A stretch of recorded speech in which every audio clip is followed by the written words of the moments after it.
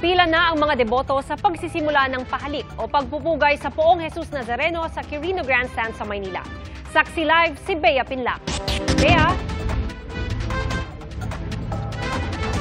Ma'am, nagpapatuloy na ang tradisyonal na pahalik o yung tinatawag nating pagpupugay sa Poong Jesus Nazareno.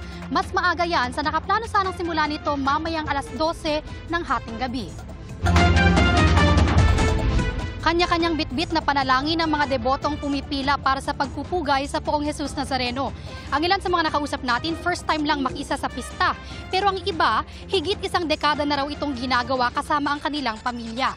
Nagsimula ang tradisyon ng pahalik o pagpupugay kanina, pagkatapos isagawa ang misa para sa mga volunteer dito sa Quirino Grandstand.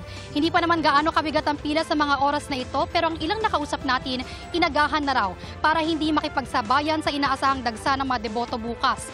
Paalala naman ng simbahan, mag-sanitize bago at pagkatapos hawakan ang imahe ng Nazareno at iwasan din ang literal na paghalik at kung pwede ay magpunas na lang ng panyo at tuwalya sa krus at paa ng imahe ng Nazareno.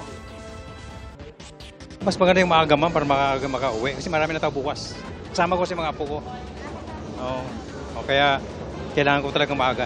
Kasi may mga pasok pa sa bukas yung mga batang ito. Gusto ko pong maranasan naman ang paghalik kay Poong Nazareno kasi po sabi ng marami pong natutupad na hiling. Kaya sumama na ako sa mga anak ko. Apo ko.